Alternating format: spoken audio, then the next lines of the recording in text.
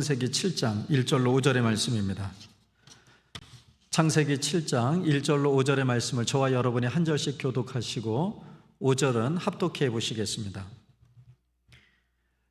여호와께서 노아에게 이르시되 너와 내 온 집은 방주로 들어가라. 이 세대에서 내가 내 앞에 의로움을 내가 보았음이니라.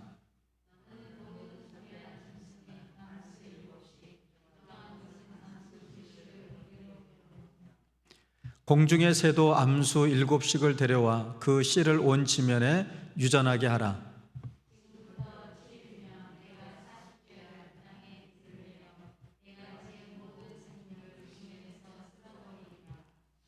노아가 여호와께서 자기에게 명하신 대로 다 준행하였더라. 아멘. 이제 오늘 이 시간에는 줌으로 만나는 것은 오늘이 마지막이 되겠습니다. 이 시간에 그 한 사람으로 살아가기라는 제목으로 홍인식 목사님께서 오늘 창세기 강의를 이어가 주시겠습니다. 목사님 초대하겠습니다. 목사님. 네, 반갑습니다. 한결교회 교회 여러분 반갑습니다. 일주일 동안에도 잘 지내셨죠? 우리 하나님 말씀 나누기 전에 함께 기도하겠습니다. 하나님 아버지, 오늘도 우리 한결교회 교우들과 귀한 시간을 갖습니다. 하나님 말씀을 생각합니다. 창세기를 통하여 주께서 우리에게 주시는 하나님의 음성을 듣고자 하오니 주여 간절히 바라오건대 오늘도 성령으로 우리와 함께하여 주셔서 성령, 지혜의 성령이 오셔서 우리의 마음문을 열게 하시고 우리의 눈과 귀를 열어 주님의 그 깊고 오묘한 뜻을 깨닫고 알게 하여 주옵소서. 예수님의 이름으로 간절히 기도를 드립니다. 아멘. 이제 벌써 4주째 줌으로 여러분들과 함께 이렇게 만나게 되고 있습니다.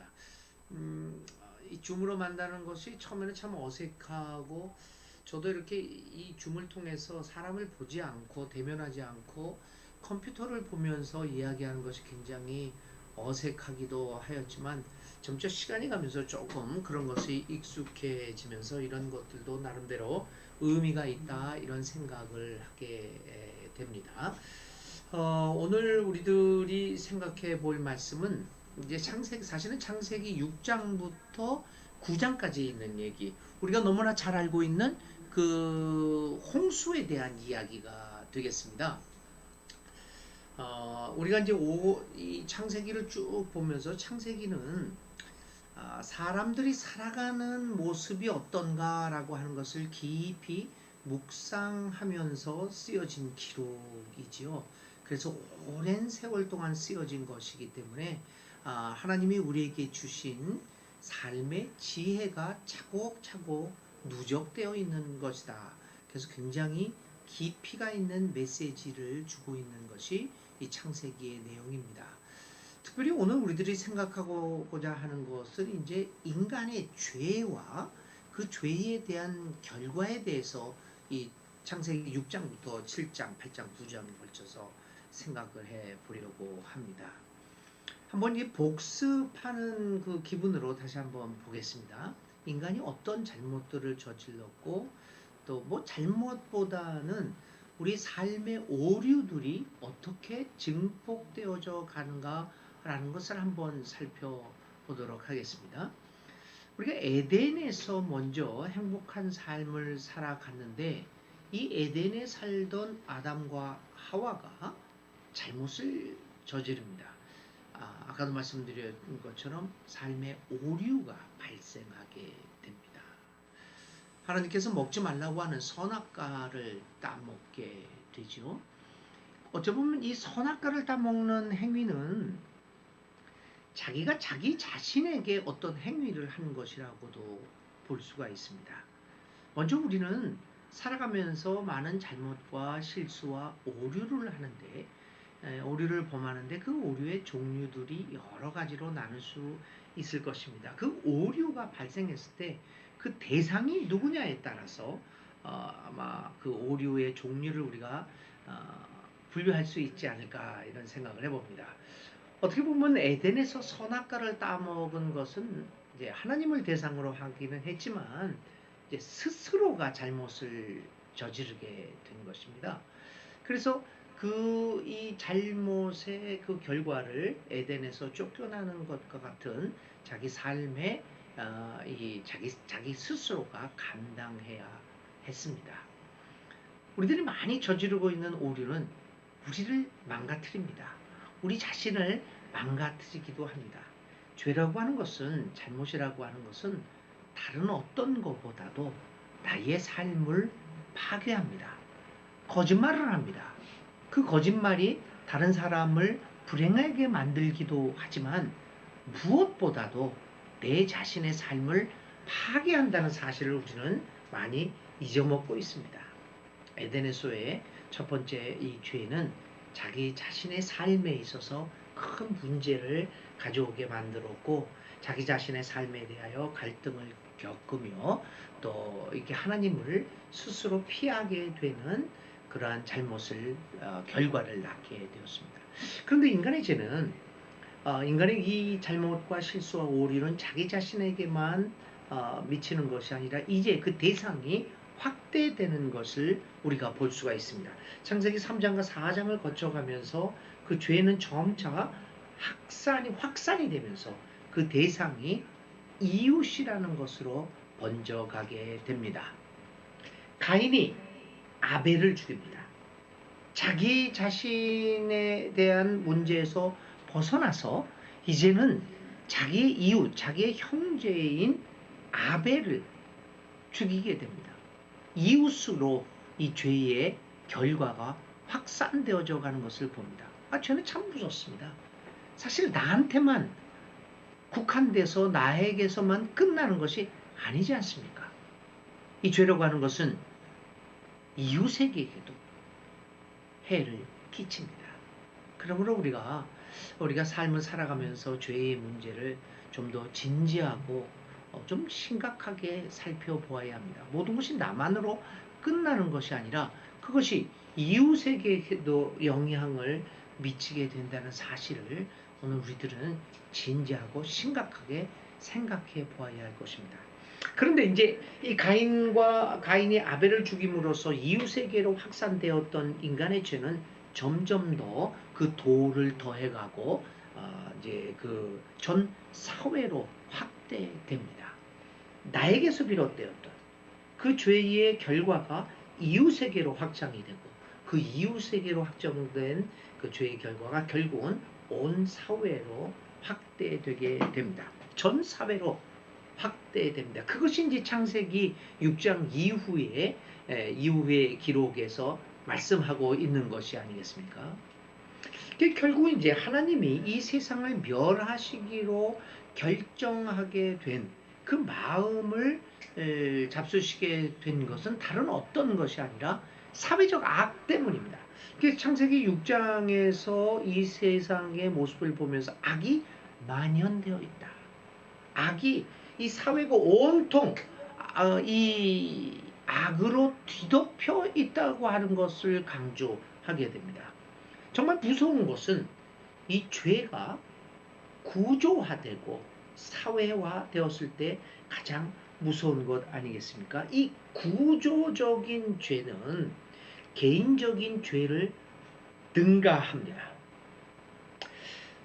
이 구조적인 죄의 문제는, 그러니까 이게 사회적으로 이 죄가 용납이 되고 모든 그것들이 습관화되고, 특별히 이 구조적인 죄라고 하는 것은 문화화된 죄라고 말씀을 드릴 수 있겠어요. 그렇게 되게 되면 이 사회 자체가 악한 구조를 갖게 되면 가장 문제는 뭐냐면 죄에 대하여, 잘못에 대하여 우리의 양심을 무감각하게 만든다고 하는 겁니다. 요즘 우리의 오래전부터 벌써 우리가 살아가는 세계를 산무시대라고 이야기하고 있기도 합니다. 무감각한 시대가 됩니다. 우리가 어떤 잘못을 저지르거나 어떤 일들을 했을 때도, 오류나 실수를 범했을 때도 그것이 잘못되어졌다라고 하는 것에 대하여 무감각해집니다. 왜냐하면 사회 구조 속에서 모든 사람들이 그러한 일을 하고 있기 때문입니다. 사실 오늘 우리 공직자들, 그 높은 고위직에 들어가는 사람들, 이 공청회 같은 것을 여러분들이 쭉 청문회 같은 것을 보면 한 가지 공통적으로 나타나는 것이 있습니다. 이제 아파트와 관련돼서이죠. 그리고 아이들의 진학에 관한 문제에 있어서 이 주소지, 거주지를 위장으로 전입하고 전출하는 문제들이요. 사실 그것은 해서는 안 되는 것 아닙니까? 내가 거기에 전입되어서 살아가는 것들도 아니면서 그걸 위장 전입을 해서 거기에 그 학군에 속해 있는 학교를 아이들을 보내서 자기 자녀들을 보내서 또 좋은 대학에 갈 수 있는 기회를 마련하게 하는 것. 뭐 그런 것들이 사실 해서는 안 되는 일입니다. 그런데 그 고위공직자들에게서 일반적으로 나타났던 그 문제가 뭐냐면 위장 전입이었습니다. 근데 왜 그렇게 했을까요? 그게 불법이라는 것은 몰라서 했을까요? 아닙니다. 알고는 있습니다. 그러나 그런 것들이 모든 사람들이 일반적으로 행하는 일이기 때문에 무감각해지는 겁니다. 감정이 없습니다. 거기에 대해서 지각을 못하는 거죠. 그래서 다 그런 일들을 하게 됩니다. 그래서 이 구조화된 이 죄라고 하는 것이 얼마나 무서운 것이냐라고 하는 것들을 우리가 이제 보게 됩니다. 그래서 이 죄가 구조화가 되면 무감각하게 되고 또 무감각, 무관심, 무감동의 세계가 되어지게 됩니다. 이렇게 어떤 죄가 잘못된 일들이 나 개인 그리고 이웃을 향한 잘못 그리고 나중에는 이 사회적 범죄로 사회적 제도화가 되면 그 사회는 타락하게 되고 그리고 그 사회는 결국은 멸망하게 됩니다. 제가 아르헨티나에서 오랫동안 살았습니다. 이 아르헨티나라고 하는 나라는 우리나라보다 남한보다 한 20배 정도가 클까요? 그런데 이제 그 인구는 그냥 뭐 3,500, 4천만이 잘 안 되고 있습니다. 굉장히 광활한 땅에 적은 인구가 살아가고 있는 아주 비옥한 땅입니다. 지하 자원도 얼마나 많은 석유도 나는 나라입니다. 정말 이 농토가 넓었어요. 아주 그냥 그 산도 별로 없고 이래가지고는 그냥 평야가 끝없이 지평선이 보이는 그러한 대륙입니다. 씨가 뿌리면 얼마나 땅이 비옥한지 그렇게 농사도 그렇게 잘 되는 나라입니다. 못 살 이유가 하나도 없는 나라입니다. 근데 그 나라 사람들이 우리 한국 분들이 남미 사람들을 이야기할 때 주로 얘기하는 게 뭐냐면 게으르다 그래요. 근데 그렇지 않습니다, 여러분. 얼마나 부지런한지 게으른 사람들이 아닙니다. 일도 열심히 합니다. 한때는 세계 7위의 경제 대국이었습니다. 1910년 정도에 지하철을 갖고 있었던 나라입니다.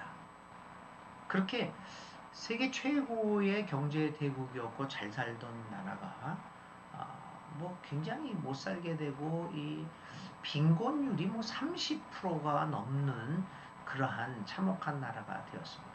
여러분 왜 그랬을까요?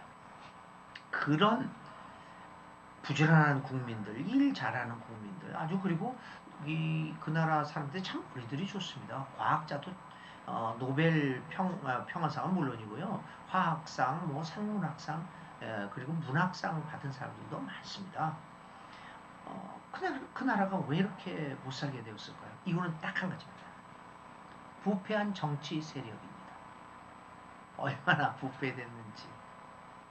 결국은 이 정치 기득권 사람들, 정치하는 사람들의 부정과 부패가 결국은 그렇게 부유한 아르헨티나를 가난한 나라로 만들었고 파멸되도록 만들었던 것입니다. 이 사회적 범죄라는 것이 이 죄의 구조와는 그렇게 무서운 것입니다. 결국은 이 이 죄가 사회 구조가 되니까 결국은 창세기 6장에서는 뭐라고 그러냐면 하나님께서 이제 이 세상을 물로 쓸어버리겠다라고 하는 그러한 결단을 내리게 됩니다. 이 얼마나 무섭습니까? 가인이 아벨을 죽였을 때도 하나님은 인간 사회를 멸망시키겠다라고 생각은 갖지는 않았습니다. 아담이 하와와 같이 그 죄를 저하고 하나님의 낯을 피하여 동산 어딘가에 숨었을 때도 그분은 사람 만든 것을 후회하거나 이것을 없애야겠다라는 생각을 하지 않았습니다. 근데 창세기 6장에 와서 그분은 파멸시켜야 되겠다. 이거 안 되겠구나 라고 하는 결단을 내리게 됩니다. 그 이유는 지금까지 제가 말씀드린 것처럼 악이 사회에 만연되어 있었기 때문입니다. 그래서 이제 인간은 이 제도화된 죄로 인하여 멸망의 위기에 처하게 됐습니다. 이제 빠져나갈 길이 없는 것 같습니다. 왜냐하면 이제 하나님께서도 우리를 만드신 하나님이 후회하셨다라고 하는 것을 보니까 이제 도저히 구원의 길은 없어진 것 같습니다. 우리의 구원은 어디서 올까요? 그런데 하나님의 말씀은 여전히 우리에게 구원의 길이 있음을 이야기합니다. 근데 이번에 구원의 길은 물론 하나님이 우리를 구원하시지만 한 가지 새로운 것이 하나 나타납니다. 그것이 바로 노아라고 하는 한 사람의 존재입니다. 여러분, 오늘 우리에게 구원이 있다라고 하는 것은 물론 예수 그리스도로 인한 구원, 거기는 의심의 여지가 없습니다. 그런데 성경은 분명히 우리에게 이야기합니다. 구원은 하나님으로부터 오는 것이지만 한 가지 중요한 메시지를 하나 우리에게 주고 있습니다. 그것은 한 사람의 존재입니다. 하나님은 노아라고 하는 이 온 사회가 죄로 가득 차 있었는데 한 사람을 발견하게 됩니다. 노아라고 하는 사람, 의로운 사람입니다. 하나님에게 은혜를 입었다라고 이야기를 합니다. 하나님은 온 세상을, 이 사회가 너무나 죄가 가득 차서 멸망하시기로 후회하면서 멸망하기로 결정을 하셨지만 그 마음이 얼마나 아팠습니까? 그런데도 이 세상을 구원할 만한 구실을 찾지 못하셨던 것 같습니다. 그런데 노아라고 하는 한 사람을 보게 됩니다. 얼마나 하나님이 반가웠으면 7장 1절에 뭐라고 말씀하고 계십니까? 야, 너밖에 없구나. 이 말씀을 들으면 여러분 마음이 뜨거워지지 않습니까? 감동되지 않습니까? 과연 하나님은 나를 보고 오늘 우리의 한국교회가 이렇게 민낯을 보이고 이렇게 세상의 지탄의 소리를, 비판의 소리를 듣는데 하나님도 얼마나 가슴이 아프시겠습니까? 차라리 말라기 선지자처럼 예언한 것처럼 차라리 성경문을 닫아버려라. 그렇게 말씀하실 그런 안타까운 마음이 아니겠습니까? 그렇지만 그분의 마음이 본 마음이 그가 아닙니다. 교회를 사랑하십니다. 우리 사회를, 우리를 사랑하십니다. 그런데 그분이 우리를 구원할 구실이 없습니다. 구실을 찾고 계십니다.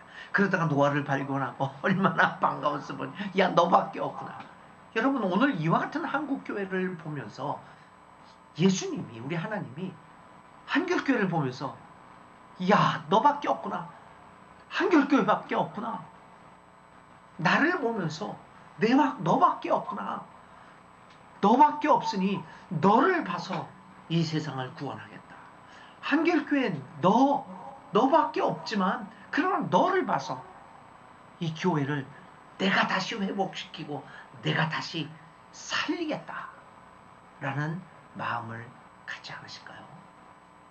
오늘 창세기는 우리에게 분명하게 이야기하고 있습니다. 그 한 사람의 존재가 결국 멸망당할 수밖에 없는 이 세상을 구원할 수 있는 가능성을 우리에게 주고 있다라고 하는 것입니다.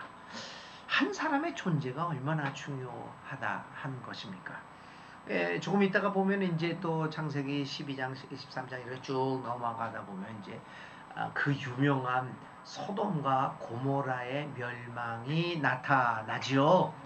이 소돔과 고모라가 참 아주 번영하는 그러한 화려한 도시였습니다.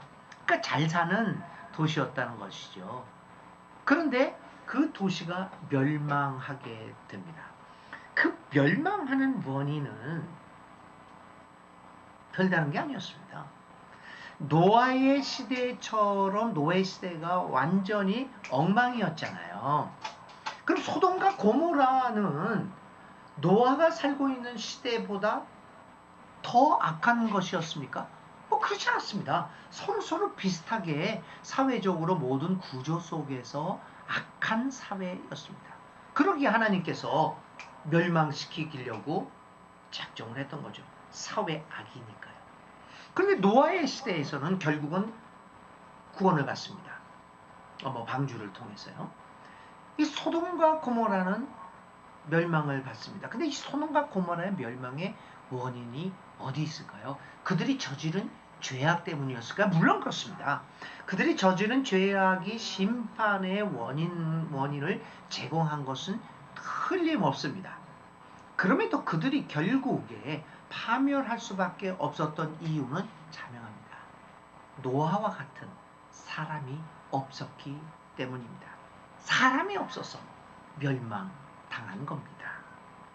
그 한 사람을 찾으시는 하나님, 그 하나님을 성경은 우리에게 분명하게 보여주고 계십니다.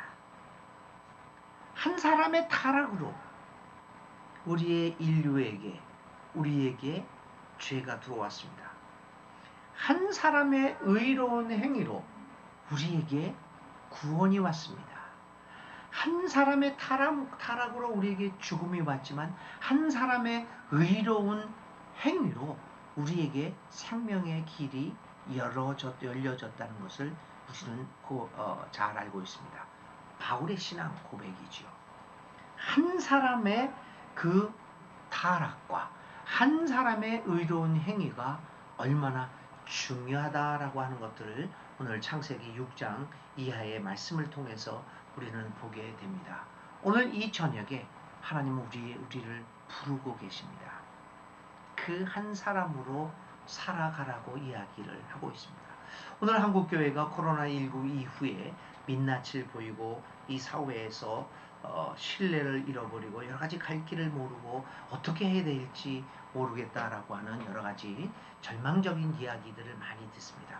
그래서 이런 대안도 내놓고 저런 대안도 내놓고 여러 가지 방법들을 우리가 모색을 하고 있지만 그러나 그 수많은 방법이 있다고 하더라도 가장 중요한 것은 노아와 같은 하나님으로부터 너밖에 없구나 라고 하는 소리를 들을 수 있는 그 존재가 우리에게 절실합니다.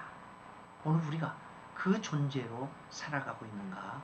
오늘 이 저녁에 하나님께서는 묻고 계십니다. 이렇게 이제 의로운 노아, 너밖에 없구나라고 하는 칭찬을 들었던 노아, 이제 방주를 짓습니다. 하나님의 명령에 따라서 방주를 짓고 8식구가 들어가서 이제 나중에 40일을 지나고 여러 오랜 시간이 지나서 다시 이제 비가 그치고 세상이 다시 시작되어서 그가 다시 바깥 세상으로 나오게 되고 인류는 또 새로운 역사를 시작하게 됩니다. 그런데 여기 9장이나 이제 9장으로 넘어가면서 또 우리는 예기치 않은 일을 당면하게 됩니다. 너밖에 없구나 라는 칭찬을 들었던 그 한 사람, 그 의인이었던 노아의 얼토당토 않는 실수를 보게 됩니다. 어쩌면 그는 이제 새로운 세상이 시작되는 것을 보고 안심을 했는지도 모릅니다. 마음의 평화가 왔는지도 모릅니다.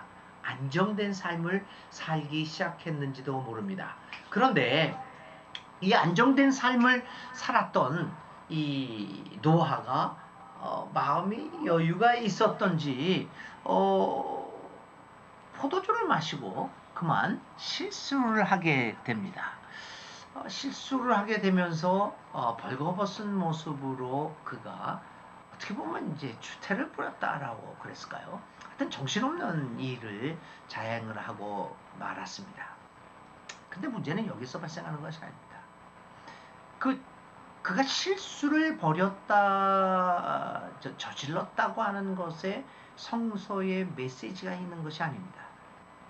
사실 실수를 저지르는 것은 인간 본연의 모습입니다. 그래서 스페인어 속담에서는 이런 이야기도 있어요. 잘못을 저지르는 것은 인간의 본능이고 그것을 용서하는 것은 신적인 일이다 라고 하는 그러한 속담도 있습니다. 그런 것처럼 이제 예수님께서 이제 우리 인간은 실수를 저지르는 것은 아주 당연하고 자명한 이야기입니다. 근데 문제는 오늘 성서는 뭐라고 얘기하냐면 의인이었던 이 노아의 실수 앞에서 세 아들이 행한 행위에 대하여 주목하고 있음을 볼 수 있게 됩니다. 실수. 그 실수를 대하는 인간의 모습이 어떠해야 하는가라고 하는 것을 보게 됩니다. 여러분, 우리가 오늘 성경을 읽지는 않았지만 성경에 보면 이 세 아들이 하는 행위가 어떤 것인가를 이렇게 잘 드러나고 있죠. 이제 함이 먼저 발견합니다. 그리고 그것이 얼마나 재밌습니까? 소위 의인이라고 여겼던 너밖에 없구나라고 하는 칭찬을 들은 그 아버지가 저런 모습을 하고 있는 것을 보니까 함에게는 얼마나 웃기는 일이었을까요? 그리고 또 한편으로는 그런 생각을 가졌을지도 않을까요? 뭐 잘난 게 뭐라고? 네가 아무리 의롭다고 하더라도 너도 똑같은 인간이구나 라고 하는 어떤 그런 생각들을 가질 수도 있을지도 모릅니다. 오늘 우리들도 그렇잖아요. 존경받는 사람, 어떤 훌륭하다는 사람이 실수를 하면 고소한 마음도 들기도 하는 게 우리 인간들의 모습들이 아니겠습니까? 그래서 함은 얼마나 고소했으면 뭐 잘났다고 하는 사람이 그런 실수도 하는 것을 보며 우리는 사실은 또 마음이 또 그렇지 않습니까? 그래서 그것을 떠들었던 겁니다. 봐라, 뭐 잘나봤자 지네들이 얼마나 잘났느냐 이렇게 떠들기 시작을 했습니다.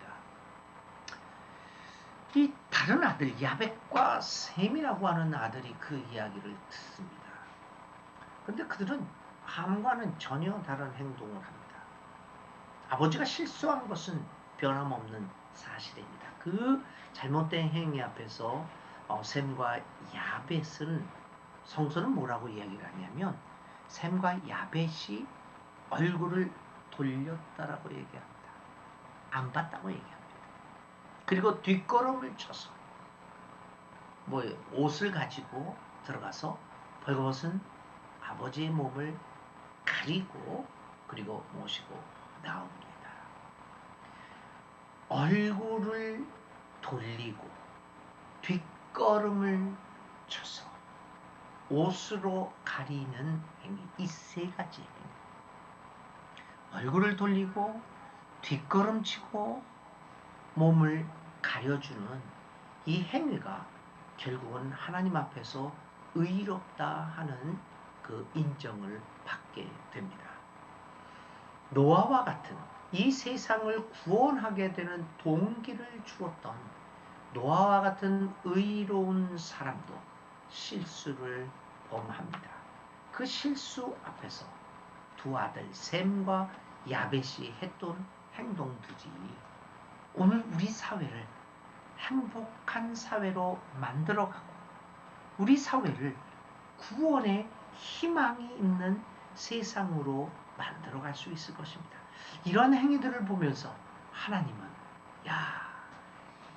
이런 사람들이 있구나. 이 세상을 구원할 만한 가치가 있구나. 하나님께서는 그런 생각을 갖게 될지도 모르십니다. 사랑하는 여러분, 오늘 우리는 그 한 사람의 존재로 살아가야 합니다. 더욱이 이렇게 교회가 위기를 경험하고 이 세계가 큰 위기를 경험하는 가운데 이 세계에 희망을 줄 수 있는 그 한 사람으로 살아가야겠다. 예수님을 따라 살아가는 사람으로 살아감으로써 그 한 사람이 되어야겠다라는 결단을 하게 됩니다. 또 결단을 해야 합니다. 여러분의 교회 한결교회가 그 한 교회가 되기를 바랍니다. 그러나 그러한 한 사람의 존재도 살아가면서 실수하고 또 잘못을 저지를 수도 있는 그러한 시기가 올지도 모릅니다. 그러할 때 서로가 서로의 잘못과 실수에 대하여 얼굴을 돌리고 뒷걸음쳐 옷으로 그 허물을 덮어주고 함께 손을 잡고 하나님과 함께 예수님의 길을 따라 살아가게 될 때 우리의 삶은 희망과 구원이 있는 사회가 되어 갈 것입니다. 이 코로나19 위기로 그것으로 말미암아 혼란을 겪고 있는 이 사회와 이 한국 교회를 향하여 우리 하나님께서는 우리에게 그 한 사람으로 살아가고 서로의 잘못을 향하여 얼굴을 돌리고 뒷걸음져 그 허물을 감싸 안고 함께 아파하며 함께 하나님을 향하여 나아갈 수 있는 그러한 존재가 될 것을 우리에게 요구하고 계십니다.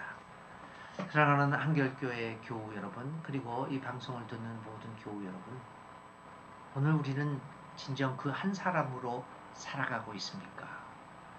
오늘 이 말씀을 끝나고 기도할 때 우리의 삶을 한번 돌아보면서 정말 하나님은 나를 보고 뭐라고 말씀하실까? 정말 너밖에 없구나 라고 하는 말씀을 하실까? 너밖에 없구나. 이 말씀이 오늘 저에게 저의 마음을 울립니다. 진정 하나님과 고요한 시간에 1대1로 하나님을 만날 때 하나님으로부터 너밖에 없구나 라고 하는 감탄의 소리를 들을 수 있는 여러분들이 될 수 있기를 간절히 기도드립니다. 그 교회가 되기를 간절히 기도드립니다. 하나님의 은혜와 사랑과 평화가 여러분과 함께 하시기를 간절히 기도드립니다. 함께 기도하겠습니다. 하나님 아버지, 노아를 보면서 너밖에 없구나 라는 감탄의 소리와 함께 그 한 사람으로 인하여 이 세상이 새롭게 다시 시작할 수 있다라는 가능을 보시고 방주를 짓게 하여 세상을 구원하신 하나님의 모습을 생각합니다. 오늘 난파선과 같이 침몰의 위기를 겪고 있는 우리 한국교회, 우리가 하나님으로부터 너밖에 없구나라는 소리를 듣는 존재가 되어 이 한국교회에 희망을 줄 수 있는 내가 될 수 있도록 주여 함께하여 주옵소서. 또 살아가면서 서로의 잘못과 실수를 향하여 얼굴을 돌리고 뒷걸음을 쳐 서로의 잘못과 실수를 덮어줌으로 한 형제 자매가 되어 아름답게 살아가는 우리 모두가 되게 하여 주옵소서. 그 교회가 한결교회가 되게 하여 주옵소서. 예수님의 이름으로 간절히 기도를 드립니다. 아멘. 아멘. 여러분 반갑습니다. 감사합니다. 다음 주일에는 얼굴과 얼굴을 마주보며 반갑게 만나겠습니다. 일주일 동안도 편안히 지내십시오. 귀한 말씀 전해주셔서 감사합니다. 오늘 또 말씀을 들으시면서 여러분에게 주어진 말씀이 무엇인지 다시 한번 깊이 묵상하는 그런 시간이 될 수 있기를 간절히 바랍니다. 이제 다 같이 사랑의 나눔 같이 찬양하시면서 하나님 앞에 선교 예물 드리겠습니다.